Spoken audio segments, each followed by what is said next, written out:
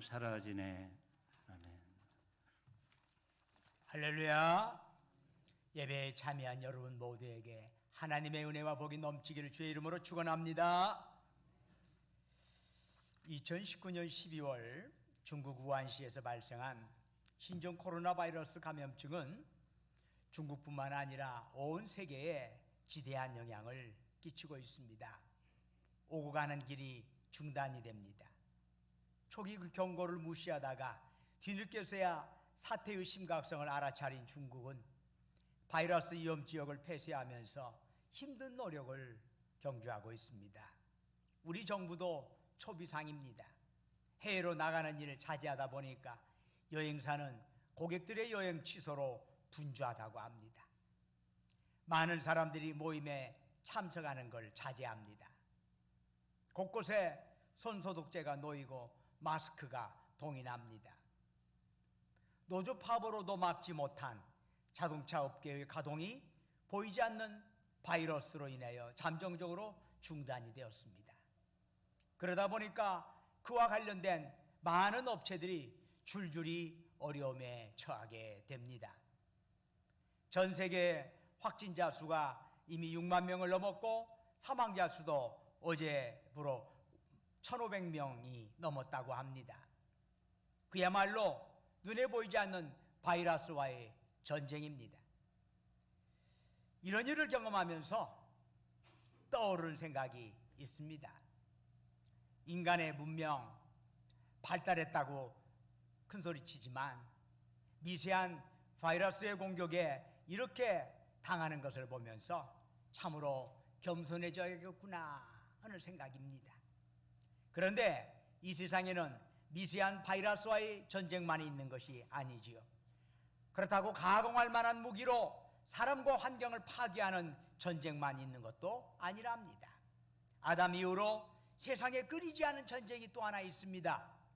그것은 바로 영적 전쟁입니다. 하나님께서는 하나님 나라를 이루시려고 세상을 창조하셨습니다. 그런데 마귀가 온갖 방법을 사용해서 하나님의 나라를 방해합니다. 그 마귀가 사용하는 대표적인 방법 중에 하나가 사람을 이용하는 것입니다. 하나님의 형상을 지닌 사람들로 하여금 범죄하게 해서 하나님을 떠나도록 만드는 것이지요. 성경에는 중동이나 그리스의 신화들과 같은 신들의 애증이나 그러한 전쟁 묘사가 없습니다. 그렇지만은 구약의 다니엘서라든가 요한계시록에 이러한 영적 전쟁에 대한 묘사가 상징적으로 그려져 있는 부분이 있습니다.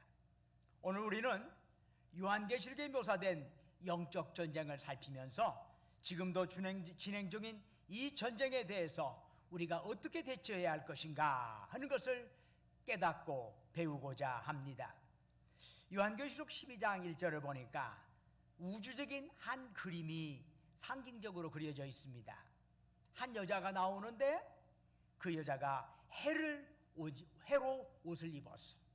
밝은 해로 옷을 입었어. 그리고 그 발 아래는 달이 있다.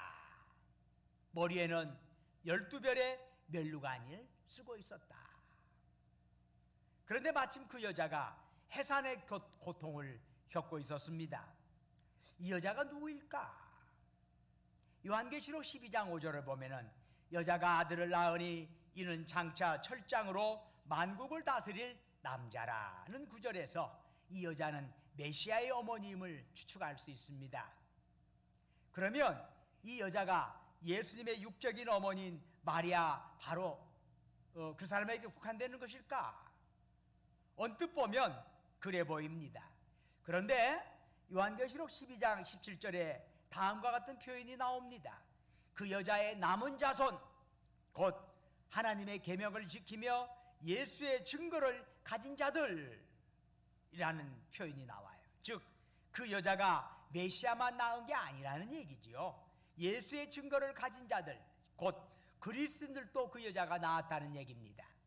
그렇다면 그 여자는 육적인 예수의 어머니 마리아로 국한할 수가 없습니다. 더 넓은 의미로 하나님의 백성, 하나님의 교회라 할 수 있습니다. 그런데 그 여자가 아들을 낳으려고 하는데 큰 붉은 용이 그 아들 태어나기를 기다리고 있었습니다. 여기서 용은 하나님께 대적하는 마귀를 의미하는데 왜 용이 여자 앞에 있습니까? 아이가 태어나면 그 아이를 삼키기 위해서입니다. 그러나 태어난 아이는 하나님의 보호 가운데 보좌 앞으로 올려졌고 용이 아이를 삼키려고 하는 시도는 허사가 되고 말았습니다. 실제로 예수님께서 이 땅에 태어나실 때 예수님을 죽이려고 영아학살령을 내린 자들이 있었습니다. 바로 헤롯 왕입니다. 그런데 오늘 본문을 보니까 헤롯 왕 이면에는 마귀가 역사하고 있다는 사실을 우리는 깨달을 수가 있습니다. 이제 하늘에 전쟁이 있습니다. 하나님의 지시를 받은 청사장 미가엘과 용이 전쟁을 하는데 용이 그 부하들과 함께 하늘에서 쫓겨나게 됩니다. 그런데 요한계시록 12장 9절 이하를 보면은 용의 실체를 이렇게 묘사하고 있습니다. 옛뱀, 마귀, 사탄, 온 천하를 꿰는 자, 하나님 앞에서 믿는 형제들을 밤낮 참소하던 자, 이렇게 말합니다. 그러면 사탄 마귀가 하늘에서 쫓겨나 어디로 갔을까요? 에베소서 2장 2절 이하를 보면은 마귀를 공중에 권세 잡은 자라고 표현합니다. 즉 마귀는 하늘에서 쫓겨나 하늘과 땅 사이의 영역을 지배하면서 그에게 굴복하는 사람들을 모은다는 거지요. 동시에 마귀는 메시아에게 해를 가할 수 없게 되자 그 분노를 하나님의 백성에게 돌리게 됩니다.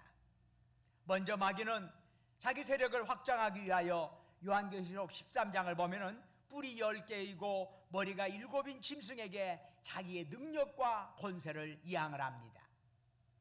그 짐승은 마귀의 권세를 받고 땅에서 하나님을 비방합니다. 동시에 하나님 믿는 자들을 핍박하는 일을 합니다.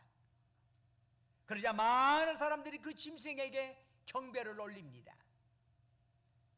이런 마귀의 권세와 같은 무소불위의 능력을 받아야 이 세상에서 우리가 성공하고 영광을 얻을 수 있다 생각하는 사람들은 모두 다 마귀의 그 수하인 그 짐승에게로 향하게 된다는 겁니다.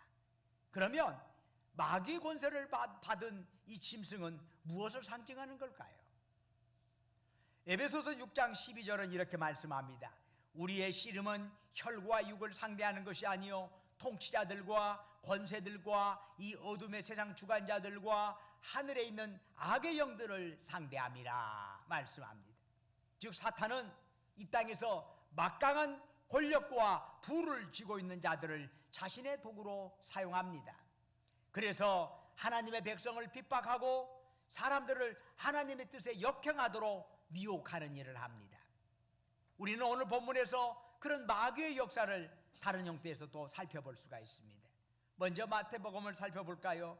마태복음 14장 1절을 보니까 분봉왕 헤롯이 등장을 합니다. 여러분 신약성경을 보면은 여러 명의 헤롯이 등장을 해요. 그런데 오늘 본문에 나오는 헤롯은 헤롯 안티파스입니다. 헤롯 왕의 아들인데 그는 자신의 이복 동생인 빌립의 아내인 헤로디아와 정을 통했습니다. 그리고 나서 자신의 본처를 내쫓고 헤로디아와 결혼을 하게 됩니다. 그러자 세례 요한이 나섰습니다. 당신이 그렇게 하는 것이 옳지 않은 일이요 라고 그냥 화살을 던진 거지요. 왕은 세례 요한을 옥에 가두었고 결국 왕 생일에 세례 요한은 참수를 당하게 됩니다. 그런데 이 헤롯이 예수님의 소문을 듣게 됩니다. 후에 예수라는 자가 능력을 행하고 권능의 말씀을 전하자 많은 사람들이 그에게 몰려든다는 겁니다. 그때 헤롯의 머리에 번뜩 떠오르는 인물이 있습니다. 바로 자기가 참수시킨 세례 요한입니다. 이거 세례 요한이 되살아난 건 아닐까 겁이 덜컥 난 거지요. 헤롯 안티파스는 지금 예수님과 세례 요한을 연결시키고 있습니다. 이것은 세례 요한에게 가해진 핍박이 또한 예수님에게도 가해질 수 있다고 하는 사실을 암시적으로 보여주고 있습니다. 즉 사탄은 헤롯 안티파스라는 왕을 통해서 세례 요한의 회개 운동을 방해했고 메시아를 핍박하면서 하나님 나라 운동을 방해하게 됩니다. 분봉왕 헤롯은 사탄의 수족임을 알 수가 있습니다. 우리는 출애굽기에서도 사탄의 수족 역할을 하는 한 인물을 찾아낼 수가 있습니다. 바로 애굽왕 바로입니다. 바로는 이스라엘 백성을 노예로 만들어 거대한 공사에 투입시킵니다. 이스라엘 백성은 과도한 부욕으로 인해 신음하였고 하나님께서 그 소리를 들으셨습니다. 그러자 하나님께서는 택하신 백성을 핍박하는 그 세력을 치시고 애굽에서 그들을 구원해낼 것을 계획하셨습니다. 이를 위하여 하나님께서는 먼저 모세를 부르셨고 모세를 애굽으로 보내셨습니다. 그때 하나님께서 모세를 보내실 때 하나님의 그 심중을 모세에게 드러내십니다. 먼저 모세를 애굽으로 파송하는 분이 누구인가를 분명히 하십니다. 출애굽기 6장 2절에서 하나님 말씀하시네요. 나는 여호와이니라. 그러시면서 하시는 말씀, 이전에 이스라엘 조상인 아브라함이나 이삭, 야곱에게는 여호와라는 이름으로 알리지 아니하고 전능의 하나님 이렇게만 나타냈다는 것입니다. 그런데 창세기 17장 1절을 보면은 하나님께서는 아브라함에게 하신 말씀이 있습니다. 나는 전능한 하나님이라. 너는 내 앞에서 행하여 완전하라.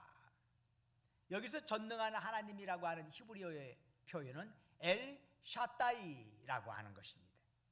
즉 하나님께서는 이전에 이스라엘 조상들에게 계시한 엘 샤다이 하나님이 바로 여호와 하나님이라는 거지요. 그러면 마귀의 수족들인 이런 권세자들을 손으로부터 당신의 백성을 구원하시려는 엘 샤다이 하나님, 곧 여호와 하나님은 어떤 분이신가요? 첫째로 그 하나님은 우리를 안아주시는 분입니다. 한글 성경에 전능한이라고 번역된 히브리어 단어는 샤다이예요. 학자들에 의하면 그 의미는 쌍을 이루는 두 개의 산이다 하는 형태로 주석을 합니다. 쌍을 이루는 두 개의 산. 필리스트리브리라고 하는 구약학자는 이 두 산을 어머니의 젖가슴이라고 해석을 합니다. 그의 주장을 따르면은 엘샤다이는 두 개의 젖가슴을 가진 하나님이라는 뜻이 됩니다.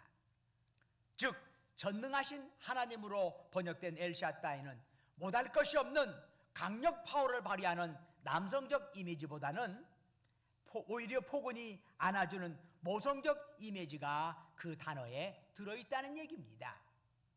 엘샤다이 하나님이 자신을 아브라함에게 드러내실 때 아브라함의 나이가 99세였습니다. 아내 사라의 나이는 89세였습니다. 이 늙은 부부에게 더 무엇을 기대할 수 있을까요? 자녀 생산에 관한 한 그들의 몸은 죽었습니다. 아브라함의 부부는 모두 희망 접고 이제 현실을 인정하는 것이 지혜롭다 이렇게 생각할 정도였습니다. 바로 그때 엘샤다이 하나님이 나타나신 거지요. 그리고는 아브라함에게 내가 너를 많은 민족의 아버지가 되게 하겠다라고 말씀을 하시는 겁니다. 모든 것을 포기한 아브라함에게 새로운 소망을 던져주신 겁니다. 하나님은 인간을 초월하시는 분이죠. 그렇지만 인간과는 무관하게 초연해서 인생을 구경만 하시는 분은 아니랍니다. 초월하신 분이지만 초연하시는 분은 아니에요. 엘샤다이 하나님은 우리의 고통을 보시고 들으시고 아시는 분입니다. 우리가 고통당할 때, 억울하고 힘든 일 겪을 때 엘샤다이 하나님은 모든 것을 다 보고 계십니다. 우리가 간절히 부르짖어 기도할 때 그 하나님 우리 기도 들어주십니다. 엘샤다이 하나님은 우리의 좌절과 아픔을 잘 알고 계십니다. 우리의 시름소리, 눈물소리 들으십니다. 그리고 우리를 안아주시고 우리에게 셈을 주십니다. 바로 그분의 이름 엘샤다이 여호와 하나님이시라는 것을 믿으시기를 바랍니다. 둘째로 하나님은 어떤 분일까요? 바로 언약을 지키시는 분입니다. 우리가 인생을 살면서 불안해하는 이유가 뭘까요? 세상 그 어느 것도 확실하게 믿을 만한 것이 없기 때문이 아닐까요? 우리는 과거에 사스와 메르스로 인하여 불안해하였습니다. 그런데 그보다 더 심한 신종 코로나 바이러스로 인하여 온 나라가 몸을 도사리고 있습니다.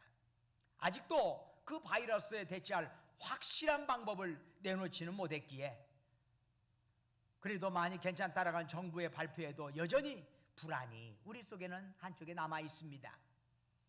그 불안을 없애려면 무엇보다도 그 약속을 감당해야 할 능력이 있어야 하는 거지요. 여러분 그렇지 않은가요? 우리가 사랑하는 사람 만나면 당신을 영원토록 사랑하겠다 이렇게 고백을 합니다. 그런데 그 약속에 신뢰성이 없어요. 왜 그래요? 아무리 마음으로는 영원토록 사랑하고 싶어도 그 영원에 이룰 수 있는 능력이 나나 저나 없잖아요. 그런데 어떻게 영원히 사랑합니까? 그거야 하나님으로부터 오는 것이지. 우리에게 어떻게 영원의 능력이 있나요? 그래도 영원토록 사랑한다고 얘기를 합니다. 여러분, 약속은 그 마음과 더불어서 그에 상응하는 능력이 있을 때 믿을 수 있는 것입니다. 그런데 하나님은 어떠신가요? 그분이 우리에게 약속을 주실 때 하나님은 그 약속을 지킬 만한 능력을 또한 가지고 계셔요. 그래서 하나님의 약속은 신실한 것이라 할 수 있습니다. 모세를 통해서 여호와라고 자신의 이름을 밝히신 하나님은 출애굽기 6장 5절에서 이런 말씀을 하시네요. 이제 애굽 사람이 종으로 삼은 이스라엘 자손의 신음소리를 내가 듣고 나의 언약을 기억하노라. 여호와 하나님께서는 이스라엘 백성의 조상들과 맺은 언약을 여전히 기억하고 계셨습니다.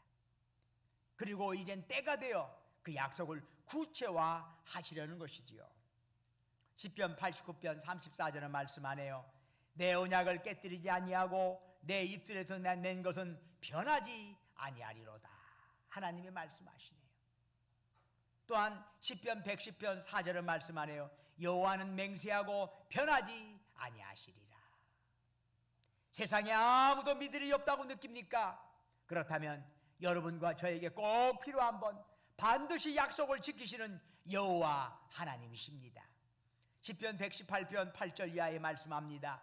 여호와께 피하는 것이 사람을 신뢰하는 것보다 나으며 여호와께 피하는 것이 고관들을 신뢰하는 것보다 낫도다. 결코 약속을 저버리지 아니하시는 여호와 하나님께 여러분의 삶을 맡기시기를 축원합니다. 그럴 때 세상이 줄 수 없는 참 평안을 여러분은 누리며 살아갈 것입니다. 마귀는 사람의 욕심을 이용해서 자신의 세력을 넓히려고 합니다. 세상의 권력과 부를 이용해서 사람들을 자기 부하로 만듭니다. 그래서 하나님을 대적하게 합니다. 그러니 하나님의 부름을 받아 하나님 나라의 일꾼으로 살아가는 우리는 마귀와의 전쟁을 피할 수가 없습니다. 그런데 우리는 이런 영적 전쟁에 관하여 분명히 하나 알 필요가 있습니다. 그것은 그 전쟁은 불확실한, 그 결과가 불안한 전쟁이 아니라는 사실입니다. 그 전쟁은 끝이 있고 우리는 주님께서 이미 이기신 전쟁을 싸우고 있는 것입니다. 마귀는 자기의 때가 얼마 남지 않았음을 알고 온갖 괴교로 사람을 유혹합니다. 이때 우리는 어떻게 대처해야 할까요? 신종 코로나 바이러스는 마스크와 손소독으로 막아냅니다. 그러면 마귀는 어떻게 막아내야 할까요? 요한계시록 22장 11절은 두 가지를 말씀하고 있어요. 어린 양의 피, 또 하나는 말씀입니다. 여러분, 어린 양의 피를 어떻게 막을 수 있나요? 어린 양의 피로 우리 죄가 용서받았음을 믿는 겁니다. 이거 아주 중요한 것이요. 신앙생활을 10년 오고 20년 오고 30년 해도 글쎄 좀 그냥 어디 뭐 뜨거운 은혜를 받으면 좀 용서받은 것 같은데 또 그렇지 않으면 내가 용서 못 받은 것 같아. 자신이 없어. 어린 양의 피에 대해서 우리가 예수님께서 용서해 주시다고 약속을 주셨는데 그 약속을 못 믿어. 그 약속을 못 믿으면 절대 사탄 마귀를 이길 수가 없어요. 사탄 마귀는 끊임없이 우리를 어떻게 공략합니까? 야야, 네 죄를 봐. 네 죄가 얼마나 흉악혀. 너 죄 짓고 무슨 놈 하나님의 자녀라고 그려. 좀 정직해봐. 이 마귀가 하는 소리예요.